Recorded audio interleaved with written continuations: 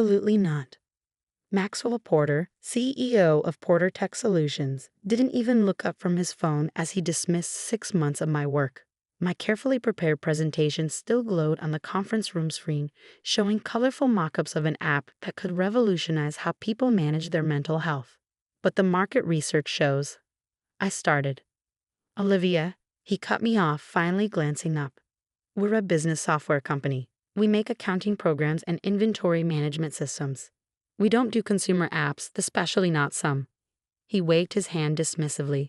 Therapy thing. I gripped my laptop tighter, fighting to keep my voice steady. The mental health app market is projected to reach $3.9 billion by next year. This could open up an entirely new revenue stream for Porter Tech. And what do you know about revenue streams? Maxwell's smile was cold. You're a junior developer. You've been here what, 2 years? 3 years, I corrected, and I've contributed to every major project since. Actually, he interrupted again. That's something we need to discuss. He pressed a button on his desk phone. Send in Helen from HR. My stomach dropped. I knew that tone. I'd heard it last month when they laid off half the QA team. Helen Barnes bustled in, carrying a folder and wearing her practiced HR smile. The one that never quite reached her eyes. Olivia, she said warmly, as if she hadn't just been summoned to help destroy my career. Please sit down. I remained standing. What's this about? Maxwell leaned back in his chair, suddenly looking almost pleased. In light of recent budget constraints and your, let's call it unauthorized use of company time to develop this app idea, we're making some changes to your role. Helen opened her folder. We're offering you a position as front desk receptionist. Same benefits, though naturally there will be an adjustment to your compensation. The rest of her words faded into background noise as I processed what was happening. They were demoting me, from software developer to receptionist, because I dared to pitch an idea outside their narrow vision. This is ridiculous, I managed. I'm a developer. I have a master's in computer science from MIT. Then you should be more than qualified to handle the booking system, Maxwell smirked. The alternative, of course, is termination. Your choice. I thought about my apartment rent, my student loans, the current tech job market. I couldn't afford to be unemployed, not now. When do I start? My voice sounded distant, even to myself. Monday, Helen said brightly. I'll email you the new job description. We'll need your developer credentials and access cards by end of day. That evening, I sat in my tiny studio apartment, surrounded by empty takeout containers and self-pity. My laptop screen showed the app mockups I'd spent months perfecting. Mindspace, a revolutionary platform combining AI-driven therapy tools with peer support networks and professional resources. I'd gotten the idea after watching my best friend Kate struggle to find affordable therapy during the pandemic. The existing apps were clunky, impersonal, or prohibitively expensive. I knew I could build something better. My phone buzzed. Speaking of Kate, I'm going to kill him, she declared when I told her what happened. Actually murder him, with his own pretentious Italian leather shoes. I managed a weak laugh. Pretty sure that won't help my career prospects. Neither will letting them demote you to receptionist. You're brilliant, Liv. Your app idea is brilliant. Don't let them. I need the job, Kate. I sighed, looking at my sad bank balance. At least for now. She was quiet for a moment. So what are you going to do? I stared at my laptop screen, at the mock-ups that had gotten me into this mess. Then I noticed something. The Porter Tech VPN was still connected, my developer access still active. They wouldn't disable it until tomorrow. I'm going to build it anyway, I said slowly, an idea forming. Build what? The app? Yes. I sat up straighter, energy returning. They think putting me at the front desk will shut me up. Fine. I'll use their Wi-Fi, their electricity, their coffee. I'll build Mindspace right under their noses. Liv? Kate sounded worried. Is that legal? As long as I use my own equipment and don't touch any company code. Perfectly legal. They can't stop me from working on personal projects during downtime. But can you really build an entire app by yourself while working reception? I thought about the coding workshops I've been running for local high school girls, teaching them the basics of app development. About Maria, the brightest student I'd ever mentored, who was now studying computer science because I showed her it was possible. I won't be doing it alone, I replied. I know exactly who to call. The next morning, before heading to Porter Tech to turn in my developer credentials, I made 3 important calls. First, to Maria. How'd you like to get some real-world development experience? Then to my college roommate Jen, now a UX designer in Seattle. Remember that app idea I told you about? I'm doing it. You in? Finally, to my cousin David, a lawyer specializing in tech startups. I need to make sure everything I'm about to do is completely legal. By Monday morning, when I took my place behind the reception desk at Porter Tech, I had a plan. My personal laptop was loaded with development tools. I had a secure cloud repository set up under a different email, and I had a team of talented people ready to work remotely. Maxwell walked past without acknowledging me, probably expecting to see me broken and defeated. Instead, I smiled pleasantly and answered the phone. Porter Tech Solutions, how may I direct your call? Between calls, I opened my laptop and began to code. The front desk turned out to be the perfect cover. No one pays attention to the receptionist. Executives would have entire conversations right in front of me about market trends, user acquisition strategies, app monetization, all valuable intelligence for my own project. I learned more about running a successful tech company in my first week as a receptionist than I had in 3 years as a developer. Maria proved to be an invaluable partner, her fresh perspective helping us avoid the bloat that plagued most corporate apps. We coded in the evenings over video chat, her enthusiasm reminding me why I fell in love with programming in the first place. Jen's design work was extraordinary, making the interface both beautiful and intuitive. She understood exactly what we were trying to achieve, an app that felt like talking to a supportive friend rather than a cold digital tool. The work wasn't easy. I answered phones and greeted visitors all day, then coded late into the night. My apartment became a command center of sticky notes and energy drink cans. I survived on cheap coffee and determination. But slowly, mind space began to take shape. 1 month into my demotion, I overheard Maxwell talking to the head of marketing about their struggling attempts to reach younger users. I made notes and adjusted our strategy accordingly. 2 months in, a board member complained about the company's outdated UI design. I sent screenshots to Jen, who incorporated the latest design trends into our app. 3 months in, I had a working prototype. The AI algorithms were learning, the peer support network was functioning, and our first round of beta testers, recruited carefully from outside the tech industry, were providing valuable feedback. I was exhausted but exhilarated. This was more than revenge now. This was about creating something that could genuinely help people. Then came the day that almost ruined everything. I was deep in code, fixing a bug in the notification system, when a shadow fell across my desk. I looked up to find Helen from HR, wearing that same practiced smile. "Olivia, what are you working on?" I kept my face neutral, thanking every deity I could think of that my screen was angled away from her. "Just organizing my personal emails during lunch break." She nodded, but her eyes narrowed slightly. "Remember, all computer use must be related to your reception duties." Of course, I smiled back. I'll get right back to the visitor log. That night, I called an emergency team meeting. "We need to be more careful," I told Maria and Jen over video chat. "And we need to move faster. The longer this takes, the more chances they have to shut us down." "The core features are almost ready," Maria reported. "We could launch with those and add the advanced stuff later." Jen shared her screen, showing our latest analytics. Beta user engagement is off the charts. People love it, live. They're already asking when they can share it with friends. I took a deep breath, looking at the progress we'd made. We were so close. We couldn't fail now. "Okay," I decided. "Let's set a launch date, 1 month from today." As I ended the call, a notification popped up on my screen, an email from the App Store review team. Our initial submission had been approved. Mindspace was ready for release whenever we gave the word. I glanced at my Porter Tech employee badge at the photo taken 3 years ago when I still believed in the company's mission. In 1 month, everything would change. I just had to keep my cover for a little longer. With 1 month until launch, everything that could go wrong did. First, Porter Tech installed new monitoring software on their Wi-Fi network. I discovered this when Gary from it stopped by the front desk, wearing his usual friendly smile. "Just updating security protocols," he said, typing commands into his tablet. "Too many employees using company resources for personal projects." My heart nearly stopped. They discovered Mindspace.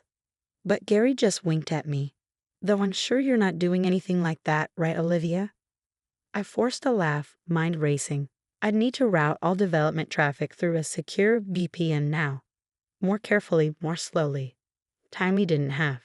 That evening, during our team video call, Maria had more bad news. There's a bug in the peer support matching algorithm, she reported, sharing her screen to show lines of problematic code. It's not properly filtering inappropriate content. If we launch like this, we'd be putting vulnerable users at risk. I finished, rubbing my tired eyes. How long to fix it? At least 2 weeks of dedicated work. 2 weeks we didn't have. But we couldn't launch with broken safety features. Mindspace was meant to help people, not harm them. Then Jen spoke up, her voice hesitant. There's something else.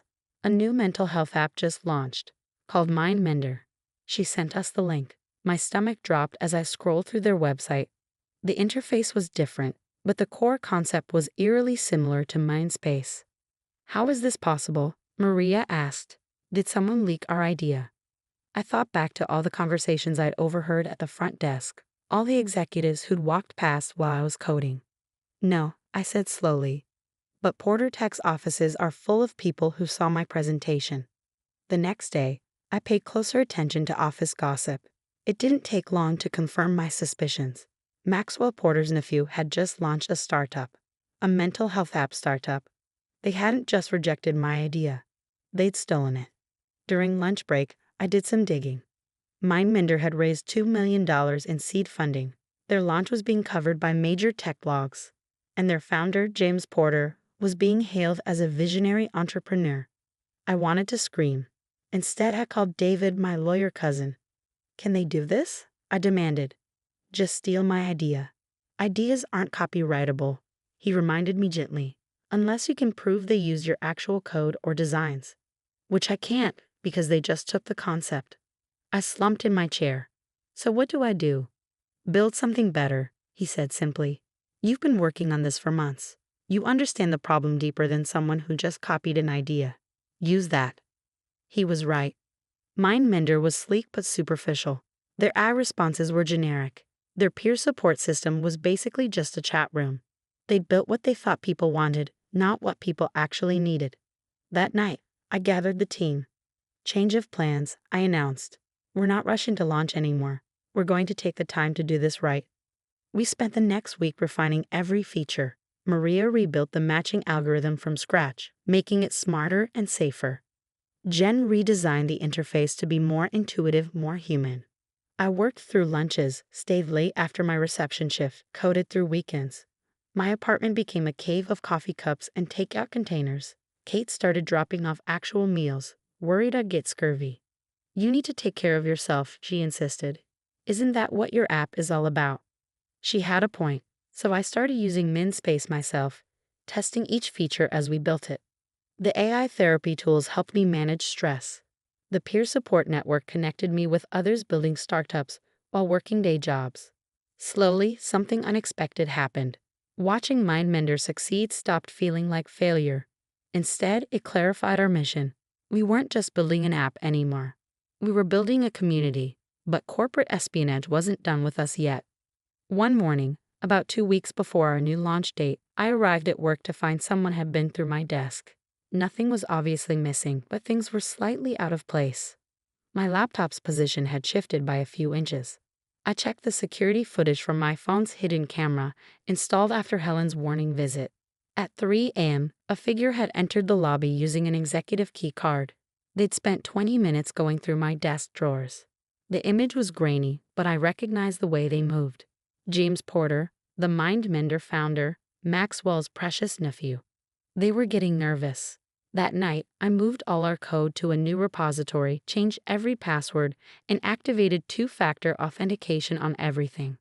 Then I did something risky. I left my work laptop in my desk drawer, with a special surprise installed. Sure enough, the next night, James returned. This time, my hidden camera caught him copying files from my laptop onto a USB drive. What he didn't know was that the files were decoys. Fragments of code that looked like Mindspace but wouldn't actually work. And buried in those fragments was a digital signature, proof that he tried to steal our work. Insurance, just in case. But we still had bigger problems. The deadline was approaching, and our budget was running dangerously low. We'd been funding everything ourselves: my savings, Jen's freelance work, Maria's tutoring money. Then came the investor call that changed everything. I was manning the front desk, trying to fix a bug in our notification system, when a woman walked in. Early 50s, sharp suit, the kind of confident presence that made everyone else in the room sit straighter. "I have an appointment with Maxwell Porter," she announced. I checked the calendar. Dr. Sarah Chen. "From Horizon Ventures?" She nodded, and I felt my heart skip. Horizon Ventures was one of the biggest players in health tech investment.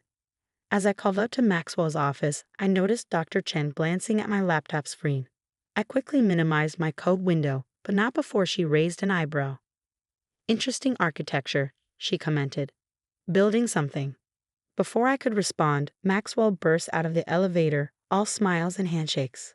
"Sarah, wonderful to see you.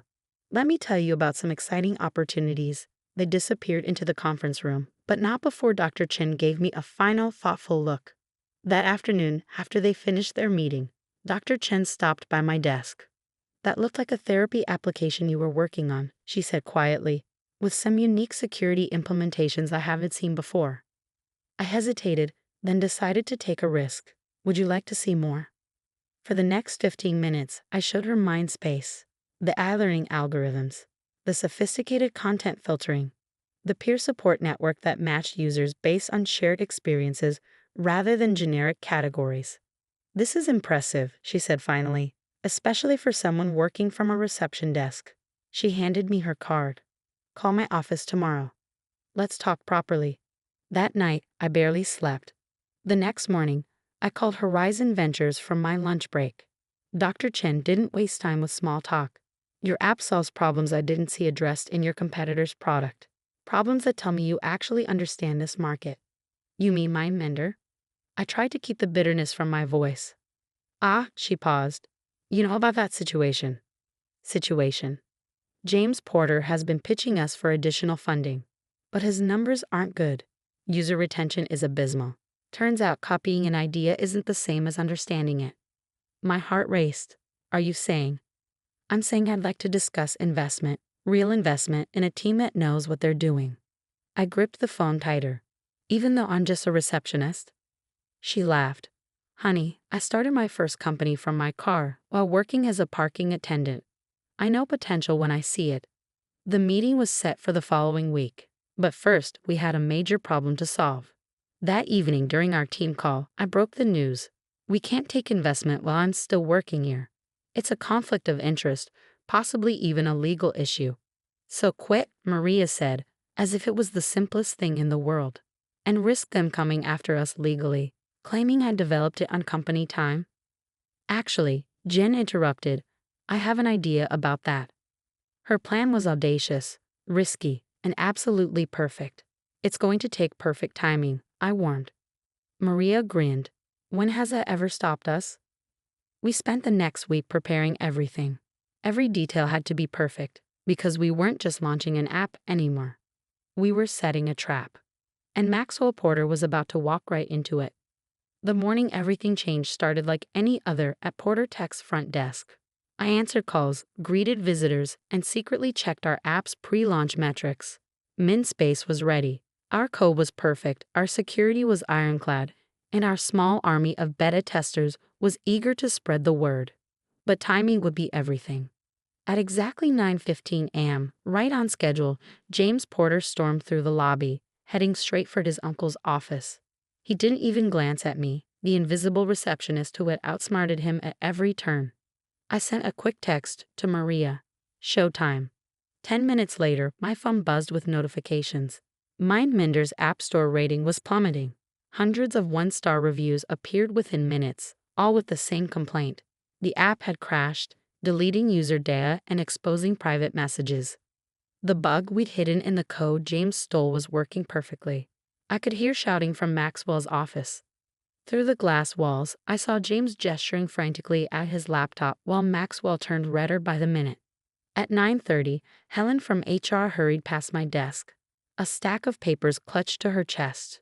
She didn't notice that her security badge had slipped slightly, its reflection perfectly captured by my phone's camera. Another piece of evidence documented. At 9:45, Dr. Chen arrived for our scheduled meeting. I told her 10 o'clock, but as expected, she was early.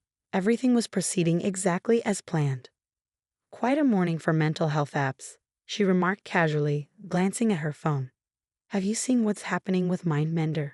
I might have heard something, I reply, keeping my voice neutral. Would you like some coffee while you wait? She smiled knowingly. No need. I think the show's about to start. Right on cue, Maxwell's office door burst open. He stormed toward the elevator, James trailing behind him. We have to shut it down, James was saying. The whole platform is compromised. Shut it? Maxwell sputtered. Do you know how much we've invested in this? The press release goes out in an hour. Actually, Dr. Chen stepped forward, her voice carrying across the lobby. I believe that press release needs some revision. Maxwell froze. Sarah? What are you doing here? Supporting innovation, she said smoothly. Real innovation, not stolen ideas packaged as original work. James went pale. I don't know what you're. Save it, Dr. Chen cut him off. We have proof that MindMender's code was copied from another project. A project that was, ironically, developed right here in your building. She gestured to my desk, where my laptop screen now displayed MindSpace's interface, nearly identical to MindMender's, but with a creation date months earlier. Maxwell's face went from red to white. Olivia? I stood up, smoothing my receptionist's blazer. Surprise. The next few minutes were chaos. Maxwell shouted about betrayal and threatened lawsuits. James tried to delete files from his phone, not realizing we'd already documented everything. Helen emerged from HR, clutching termination papers that would never be filed. Through it all, Dr. Chen watched with quiet amusement. Finally, when Maxwell paused for breath, I spoke. Before you threaten any more lawsuits, I said calmly, you should know that everything, from my original pitch to James stealing my code, has been documented, including some interesting financial transactions between Porter Tech and MindMender that the SEC might want to examine. Maxwell's jaw clenched. What do you want? Simple. You're going to publicly acknowledge that MindMender was based on stolen intellectual property. You're going to shut it down. And you're going to stay out of my way while I launch the real thing. Or what? Dr. Chen stepped forward. Or Horizon Ventures will be very interested in discussing these documents with our friends at the Justice Department. The silence that followed was deafening. Then something unexpected happened. From the elevator, a slow clap began. Standing there was Gary Fromett, grinning broadly. I wondered how long it would take him to figure it out, he said, walking over. By the way, boss, you should know that Olivia's been running her development through a private VPN.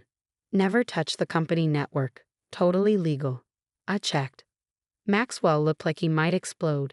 You knew about this. Knew about it? I helped secure it. See, some of us actually care about innovation. Gary turned to me. Need a job. My startup could use a developer with your skills. Before Maxwell could respond, his phone chimed. Then mine. Then everyone's phones in the lobby. Breaking tech news. MindSpace launches. Revolutionary mental health app takes App Store by storm. Maria and Jen had pushed the launch button right on schedule. I turned my laptop around, showing the rapidly climbing download numbers. Oh, and you might want to check MindSpace's investor list. Dr. Chen isn't the only one who believes in original ideas. The names scrolled past: major venture capital firms, tech industry leaders, mental health professionals. We'd spent weeks quietly building support, preparing for this moment. Maxwell sank into a lobby chair, defeated. James was frantically texting, probably trying to salvage his reputation. Helen had disappeared back to HR, likely updating her resume. Dr. Chen touched my arm. Ready for that meeting now. I looked around the lobby one last time, at the desk where I'd spent 6 months coding in secret, at the security cameras that had documented everything, at the Wi-Fi router that had carried my app from idea to reality. Actually, I smiled. I have a better idea. Let's meet at my new office. I hear there's a tech startup looking to sublease Porter Tech's old space. 2 months later, I sat in what used to be Maxwell's office, now headquarters of Mindspace Technologies. Our app had passed 5 million downloads. Major healthcare providers were licensing our platform. And most importantly, we were actually helping people. Maria had joined full-time as our lead developer after graduating early. Jen had moved from Seattle to head our design team. Even Gary had jumped ship from Porter Tech, bringing his security expertise to protect our growing user base.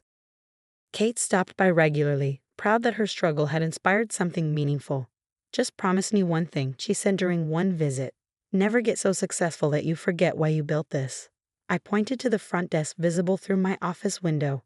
It was empty now, but I kept it as a reminder. "That's why the desk stays," I told her. "To remember that great ideas can come from anywhere, even from someone everyone else ignored." Porter Tech's stock had taken a hit after the Mindmender scandal. Maxwell stepped down as CEO, though the press release called it a planned retirement. James had disappeared to some startup incubator in Singapore. But I didn't care about revenge anymore. We were too busy building something that mattered. My phone buzzed. A message from Dr. Chen. Our latest funding round had closed. The numbers made my head spin.